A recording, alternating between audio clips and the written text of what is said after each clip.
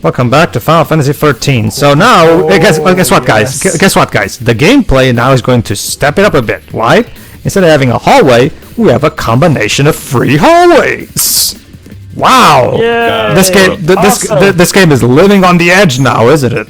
So, I love how the game was so lazy that they can't even animate Lightning putting her palm on the device. She just holds it out towards the device, and that apparently turns it on. To be fair, a lot of games do that. I mean, To rag on this game for it is a bit big, especially when there's so much else we can rag on the game for. I'm still gonna count it, but I'll acknowledge it's one of the lesser problems. That being said, as Pedro mentioned, enjoy your free hallways. And in typical Final Boss fashion, these hallways are big and long. And as you just noticed, this game, the developers also were very dickish in this part, because even if you use the Deceptisol to not be seen, the game will not allow you to progress because it won't allow you to activate the switches for some reason. So you are forced to beat all the enemies. Yeah. Wait a minute. Oh, it's happening again, just like in the previous one. So, you know how we were on a previous soundtrack that was playing even into the battle, but now it suddenly is playing Blinded by Light? No, actually, this is the alternate version of Blinded by Light, which contains a lot of passages that are similar to the original, but it has a different rearranger, like in this case. It's a dynamic OST, weird because kind of. the way it comes up... It's not even dynamic, it's just a different track altogether that contains a passage that's identical to the original.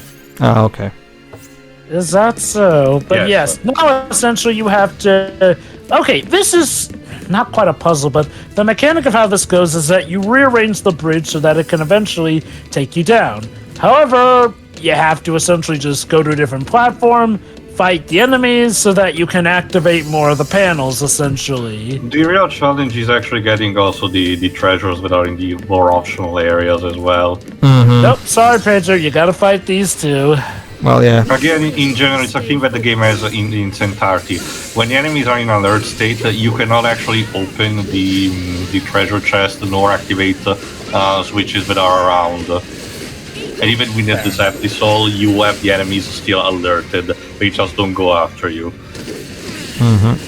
Basically. Alright, I guess I can elaborate on what I was saying in the previous part in the meantime.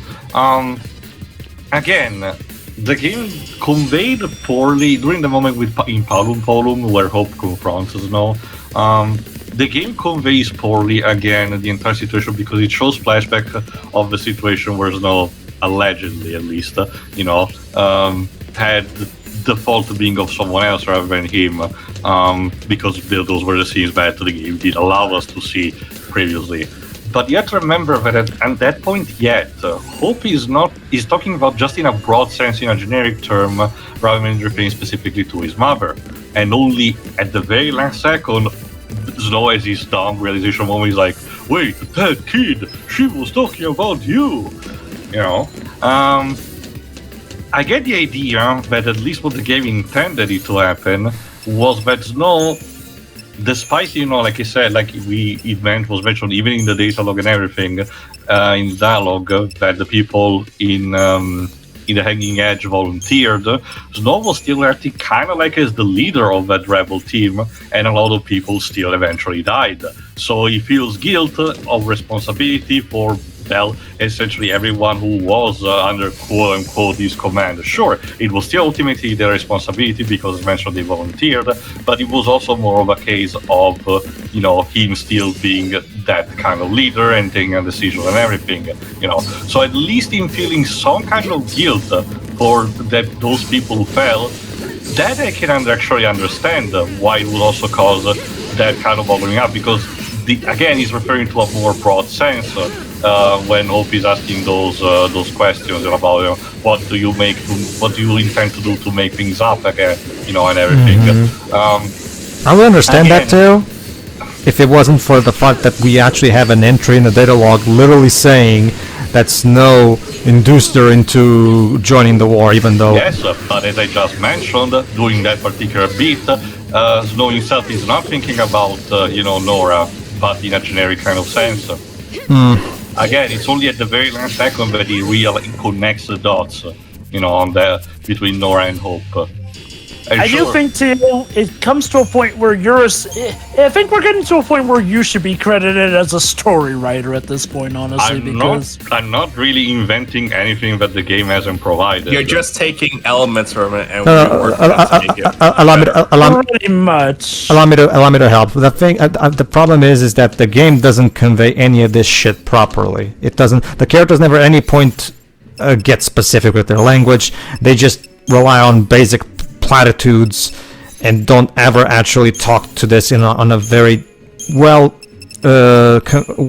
clear and detailed sense. That's the problem, because if the characters had actually had a moment, well, like for example, like if they had Hope, for example, acknowledge, so like they could have had Hope say something along the lines of, "I know that she volunteered, but I'm sorry, I had to blame." Or again, well, the blame something thing. But yeah, the Hope is another kind of one. When it comes to Snow himself, yeah, you can argue, yeah, he still feels responsible because, you know, he was the leader, he still felt responsible for them.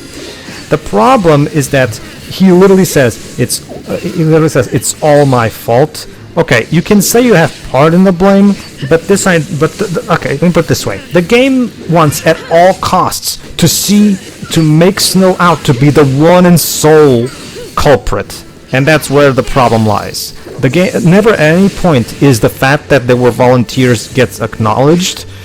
Like it's one of those cases where even if you want to argue that there's faults on both sides, well, yeah. No, I'm not saying that. No, I'm not saying you are. I'm not saying you are. But the game, if the game wants to argue that there's faults at both sides, then the game should have actually addressed both sides instead of just saying, "Oh, it's all Snow's fault." For as much as we can maybe look at things from this angle or whatnot, like, okay, let's say you're going off of the data log as the game pretty much intends you to, until, you know, you can get caught up properly on stuff. The data log misconstrues that stuff to high heaven, and that's how we're supposed to be getting our information. It's a big problem. Like, the game does such a terrible job conveying its ideas. Not that it has bad ideas, it has good ideas. Again, remember, the one who originally came up with these lore, the concepts, and the overall theme of Defying Fate was Nojima. The problem is Nojima didn't write the game because he was writing Versus 13 at this point in time. So since Nojima was busy with Versus 13, they got somebody else to write the ideas that Nojima had for this game.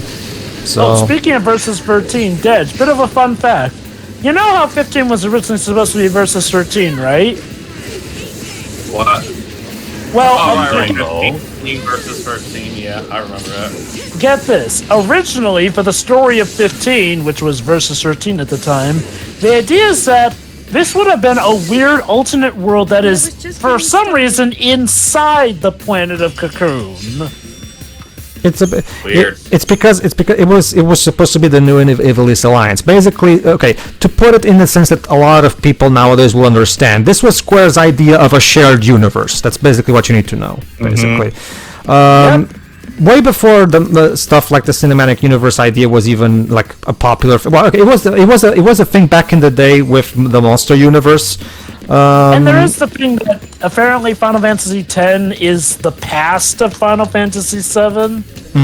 But supposedly, but the basic point is that it was meant to be a shared universe. That's the basic gist of it. However, by the time most of these games came out, because of the horrible reception of this one, the whole shared universe idea got not entirely abandoned, but yeah, it's about 15 basically abandoned almost of its connections to the Fabula, blah blah blah, and there actually are still some connections. Some, yes. The Yoshitaka Wano painting of Etro is still present in Kingsglaive, and it's part of a logo, but it has a different meaning. Oh darn, you're about to get it. Here we are. Oh. Here we go. Lives and dead. Right. So now we get to fight Nabaat, right? Finally. Yes. Even got a pose and everything all set. So, it's literally 6-on-1, woman. What is even your plan? Why don't you leave? Yeah, apparently the Super Pope agrees with you, Jihl, Jova. Your leave. Humans have no business here. Excuse me? Yeah, for some reason the Super Pope just Just Jihl She just dies. died like that. There you go. Jill's dead. Jill's dead. I go. Wait a minute. A major female character gets just blindsided like that after build up. What's this? My Hero Academia. Okay. You know, I was gonna say, is this guy Palpatine? But it's like, Okay, so to be fair, it's not just her who dies, all the staff are killed, but yeah, if you were hoping to get to fight Jihl, after all the crap she did to Saz... Oh, and by the way, that's Yeah, a running no. gag that, much like Ashes, no decides to bounce onto Galenth Dysley's barrier. Oh, but are you ready for the big twist? Here's the big twist of this part. So now we're fighting Dysley, right? It turns he's out about to that... get chopped. That humans don't belong here line should be your cue. Also, the fact that he uses magic. A mindless mob drunk on fear of a viewless sea. It's still My Hero Academia. So, wait. Well, of course, it said filling Hold their on, teeth. babes. You mean me? Wearing a mask. Oh, child, perish the thought. Kind of. You can argue that. So yeah, turns out the Super Pope is actually a fal'Cie. In fact, he's the leader of the fal'Cie, Bartendalus. So, you know what this means, right? We have a fal'Cie who actually can speak English and actually could have told them their focus. And for the record, yes, everybody, everything that's been happening up until this point in the plot he has been the puppet master all this time. Yes, this is... This is why the government hasn't really arrested these guys, or they had all those contrived coincidences why they managed to escape. Bartendalus essentially allowed that to happen. This plot twist is so stupid, I need to basically go through parts about why it's stupid. Allow me to remind everybody... Wait, hold on. I literally just saw the character select screen for a bit there. That's what the PC version. That's a bug of the PC before version. some fights. That's a bug of the PC version. Remember, Java, I'm trying my best to keep this thing together. Anyway, Yes? okay. So, Two small things about the boss fight because I actually like it. One, the boss theme is cool, but I would be able to mention it when it comes up. Second, this is probably the best fight you're gonna have against these guys because you have to neutralize the different phases and then attack the main body. yeah, basically. But I can elaborate to that to another time. Go on, Pedro. Go on, Pedro. Here's why this... Allow me to remind everybody what was established at the beginning of the game. The fal'Cie, since they don't talk, since they are, as the lore puts it, beyond human comprehension, they have to... and again, remember what Saz said. The fal'Cie don't spell out with clear-cut instructions. You just get a basic glimpse of what you're supposed to do. Aside from me, then. And allow me to remind everybody, the evil plan of this guy is entirely dependent on these l'Cie fulfilling their focus. He needs them to achieve their task.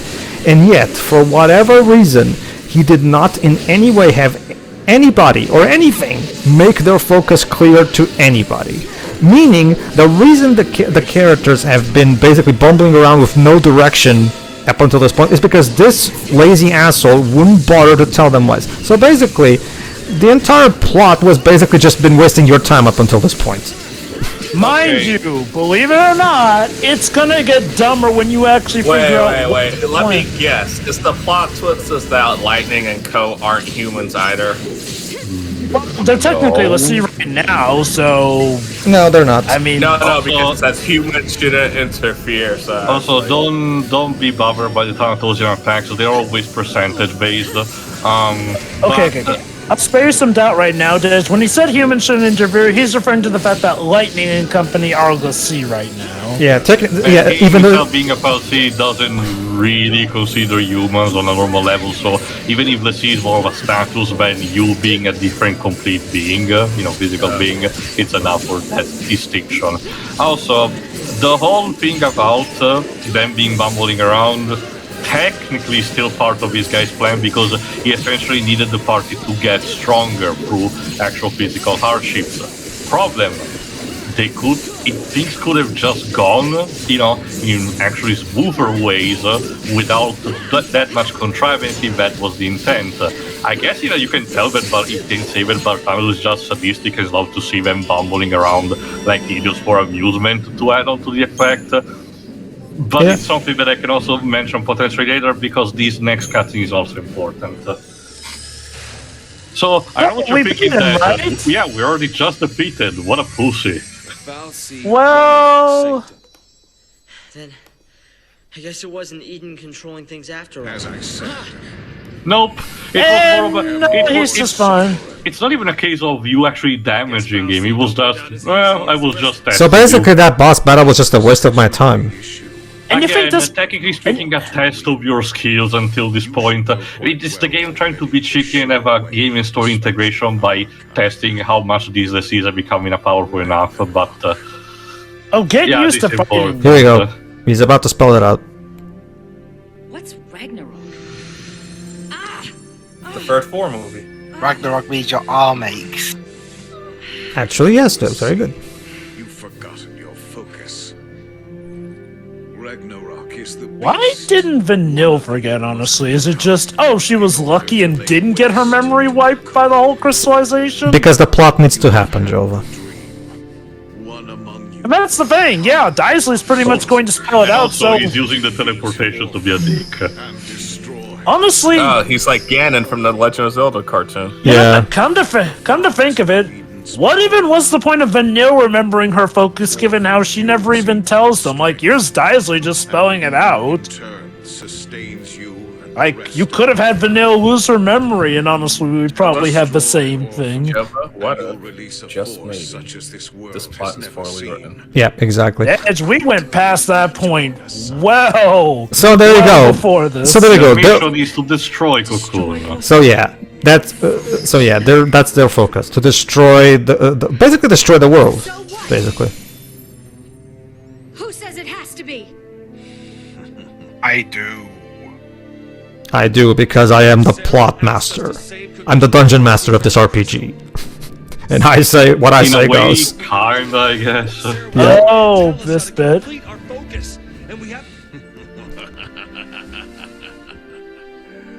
Allow me to help you see the truth of things. Yeah, so the main villain is the crack dealer from the Punisher. Okay. Sure, why not? The video game, I mean. So Sarah's focus was literally just to bring this specific group of people together. Yeah, the reason she became a crystal because that was her mission, to bring all of these 6 together. How now, mind you, it's never explained why these specific 6. Like, okay, now Fang and Vanille, we can get why. They've had history with these, shall see. But why these other specific ones? I don't know. because- They probably. Because the I like to Falsi imagine needed. the Falsi. I like to imagine the Falsi just shot random names on a dartboard and said, "Okay, we'll get these random idiots." Basically, yeah, there's not really any selection process. He just picked whatever random people he could find, basically. Yeah, there's also another distinction to be made. Volcandalus, despite his status, is still a cocoon falsi in the end. Animal was a pulselessy. So while this guy actually knows what's up and everything, the administration of the focus was slightly different and from a dying prime falsi. Mind you, remember, it's still a plot point where they need to be intentionally vague and everything. But remember the whole faith and knowledge thing that I did mention. The whole thing, essentially, Bartenders gaslit everything. Oh, this, I forgot. This is young Russia's personal robot, the Prod Clad. Yes, just like in Final Fantasy VII. Okay. Okay. Would you say we're past the point of coincidences now, Dodge? And yeah, the basic thing is with this, like Jova said in our original run, they don't even know where they're going at this point. So how the hell does Bartenders want them to achieve their goal if he doesn't even entrap them or anything? That's because the ship is actually made from his bird familiar and he's on autopilot. To me, it wouldn't make a lot more sense for an evil plan to just trap them and torture them to force them to do what is bidding or something like that. Remember, he's also still wanting them to become stronger, which is what the next Well, dungeon is gonna be about. The page, I got it. I've been looking through S. Scott Bullock's filmography because he was the villain, and I think I've got it. This is an alternate timeline in which Connor from King's Quest VIII became a bad guy. Okay. Oh my so god, it's guys, Connor from King's Quest 8? Yeah, What the hell? I think it was one of the early roles of his career. It was Escort Bullock, the same guy. Oh my Also, god. honestly, it's weird, but believe it or not, the story is going to become even more of a random mess later on. Hold on. Because There you go, Dwibs. Saz also doesn't pay attention while driving. You're gonna crash. But look at that! Someone apparently teleported them out of Again, danger? the Jihl, because it no. was made by Minerva, the bird familiar. So, Dej, Dwibs, what do you think Let of the me story guess, it's now? about to get dumber right now, huh? I also will. Actually, no, after the cutscene. For me, the bigger problem is the fact that, remember, the data log clearly established that File C can't communicate, and yet for whatever reason this one can.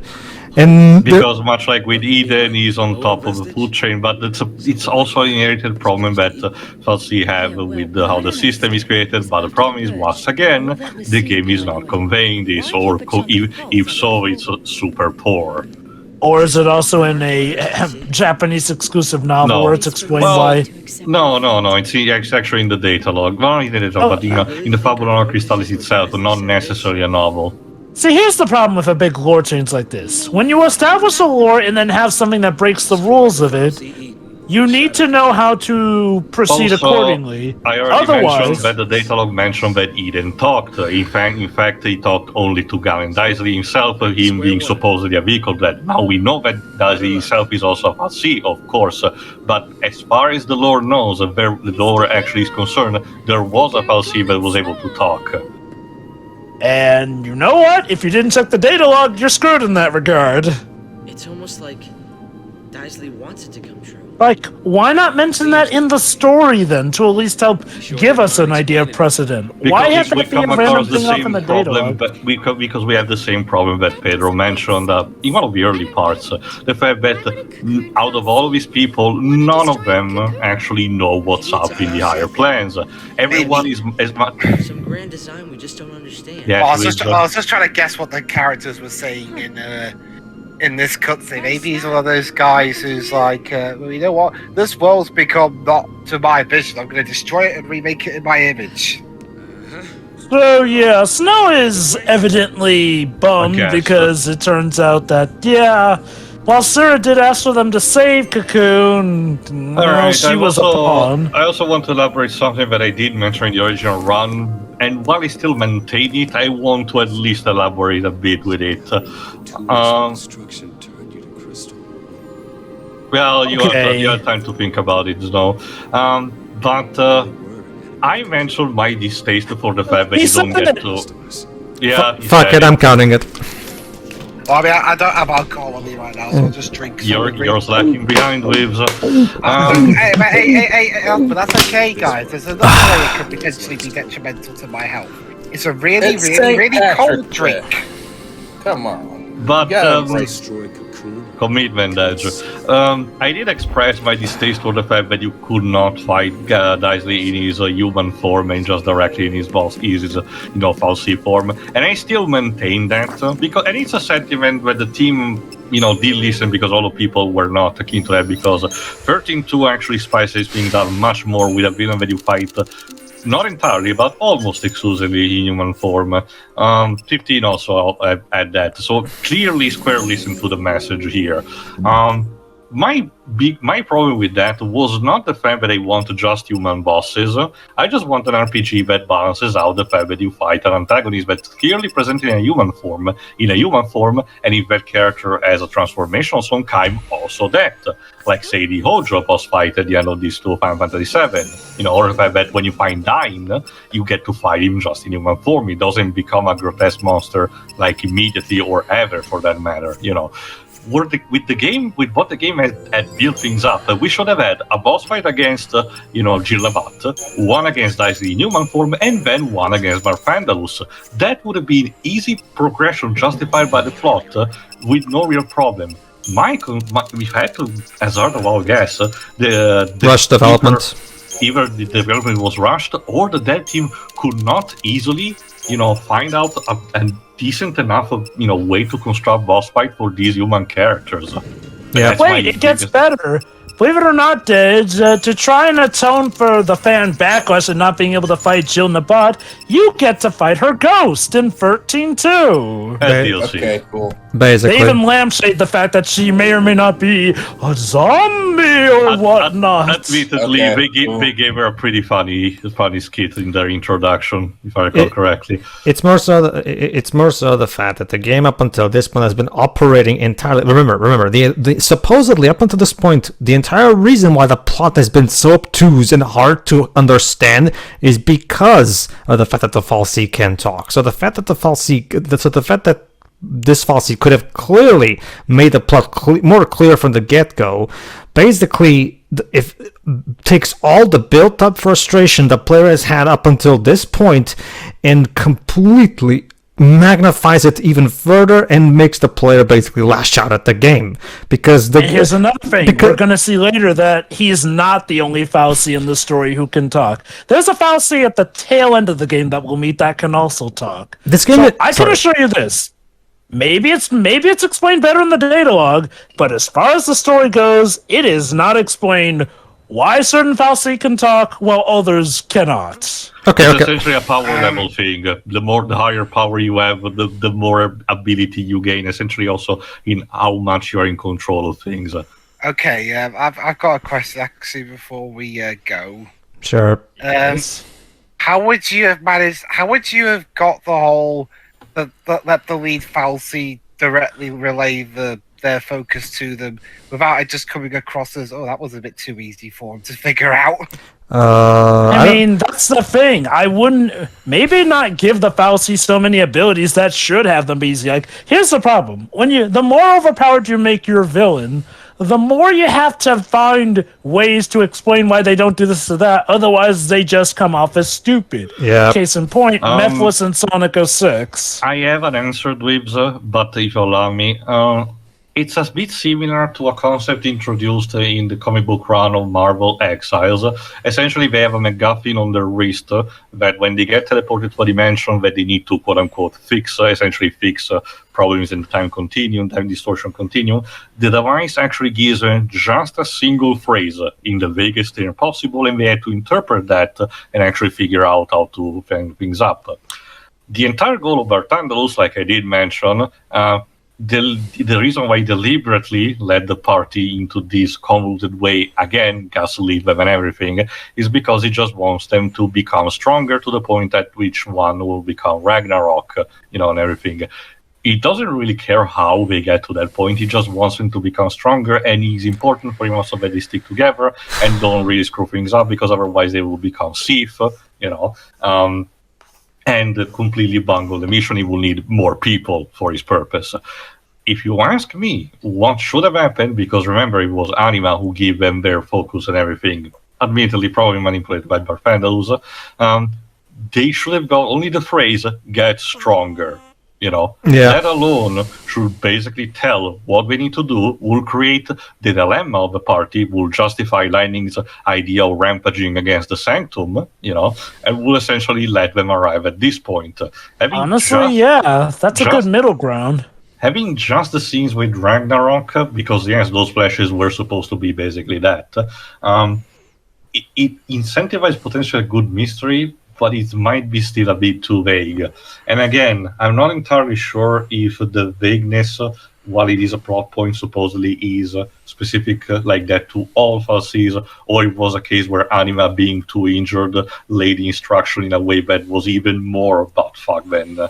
The problem is that we don't really have any other cases to compare with this, so we have to literally run with what the game presents to us in that kind of sense. Why not have it be that lower Fal'Cie can speak, but in a very limited sense? Sort of going into your idea here and there, like you said. Have that image and just say, get stronger. Like, well, sure, not necessarily speak, like having a set of words appearing. Oh, so kind of like how the nobody dusks speak in Kingdom Hearts 2. Kind of. But again... See, the thing is... Sorry. Go on. No, go on. No, I was just saying that I can easily elaborate that also in another part. But no. That brings up a good point. Again, see, the primary reason why this is so hard to scroll is because, yes, for all of the whatever justifications, whatever, the truth of the matter is that the game has yet to even do anything even remotely resembling entertainment. The game is so concerned with nothing but shoving its plot down our throat, and it does offer no entertainment value whatsoever. This game is not interested in entertaining the player. It's only interested in pulling the player by the dick. So it's just like... And as a result, it's just frustrating. Even if you can understand the plot, it's hard to even care because the game does such a poor job in creating an emotional connection with the player. It's just, okay, even if I understand the plot, I don't care. It's boring. It's terribly told. And that's the... And it still is going to find ways to get worse from this point on. I kid you not, Dej. The one thing that I will also mention, well, that's actually one of the cool, really things that I liked about the final climax of 15, where we get to fight the villain in his human form. In fact, the villain doesn't even turn into a monster. Mind you, that supposedly was more of a scraphead kind of thing. The data mining suggested that it was supposed to have also a transformation at the very end. And also, if I recall correctly, the actual novel that was used with the materials that they could not put as DLC did ultimately confirm that. But it's something that I need to check again. Even so, I will argue if you ask me, that actually worked out better. If you ask me, because it allowed for a refreshing final boss for the series to be asked. Like you said, I prefer also balance to a point. So while I do appreciate what they did, I would also have been fine if after that we got also the monstrous form. Sure. Well, to the point where it would have been fine if they did it, but they didn't have to do it. Pardon for the food analogy. What Jova said.